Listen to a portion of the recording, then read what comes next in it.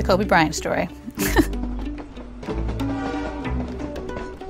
All right, so when I was 10 years old, my mom and I were going on a trip for the weekend, and I was a huge Knicks fan growing up. It was the 90s, they were actually good, and that was exciting. I fell asleep the night before during the game, and the internet didn't exist yet, so I didn't have a cell phone I could check. The only option was a newspaper, and we didn't have one. So my mom fell asleep on the train, and as I was sitting there kind of bored, I could see these two men sitting, I don't know, 8 or so rows ahead of me, and they both had newspapers, and I could tell because they were both really tall, so you could kind of just see the back of their head and then this big newspaper.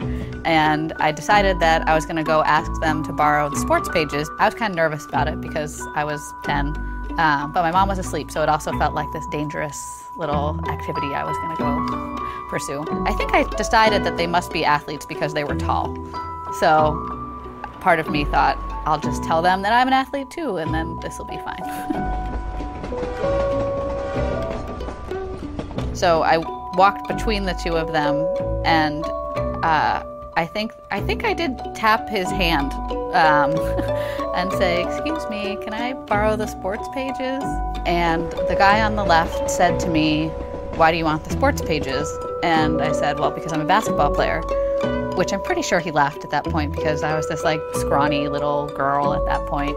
So he kind of fumbled through the newspaper and gave me the sports section, and I was starting to thank him and turned to walk away, and he said, "Wait, would you mind if I ask you a question?"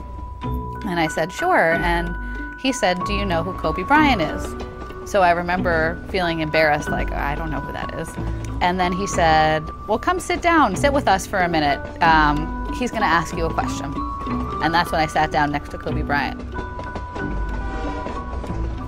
I remember he was kind of half leaning against the window, half facing me. I was between the two of them, kind of looking back and forth, trying to figure out what was going on. Eventually, Kobe asked me if I thought that all high school athletes should go to college as opposed to going directly to the pros.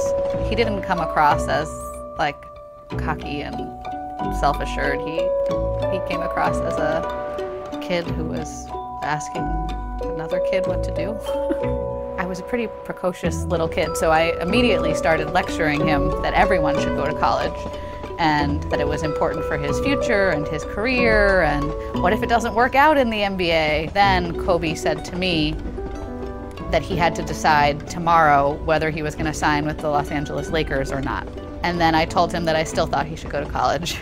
He takes the newspaper from me and offers to sign it. And I have a copy of the picture here, and it says, "To Amy, best wishes, Kobe Bryant, number 33. And I proudly took it back to the schoolyard and showed all of my 10-year-old friends who were duly impressed. This happened almost 20 years ago now, and you might think that it was just some random story that happened to me at this point, but I'm now a middle school teacher, and this story is like the coolest thing that's ever happened.